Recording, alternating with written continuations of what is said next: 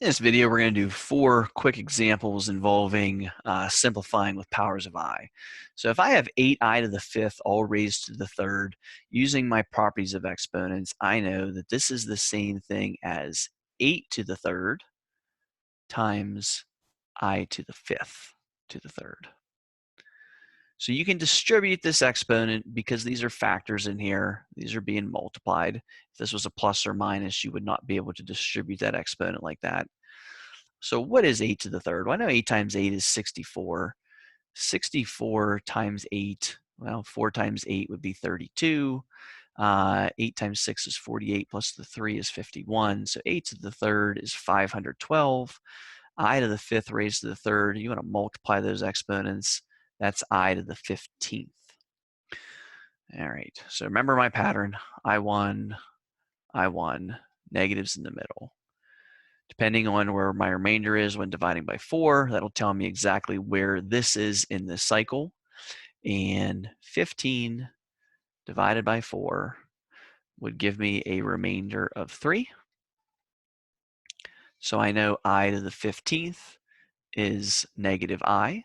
So this is 512 times negative I. And multiplying those two things together would give me negative 512I.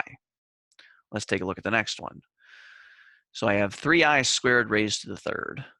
So 3 to the 3rd, 3 times 3 is 9, 9 times 3 is 27. Multiply these exponents, that's I to the 6th. Best way to think of this would be to break this up. I to the 6th is I to the 4th times I squared. Nice advantage with I to the 4th is that's just 1. I squared is negative 1. And 27 times 1 is 27 times the negative 1 would be negative 27. 2 more examples. With this one, I want to do negative 5 raised to the 3rd.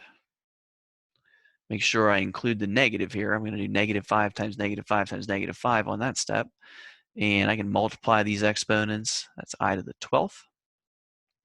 Negative 5 times negative 5 is 25. 25 times negative 5 is negative 125.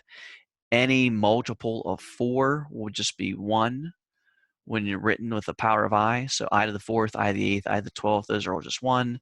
And negative 125 times 1 is negative 125. Last example.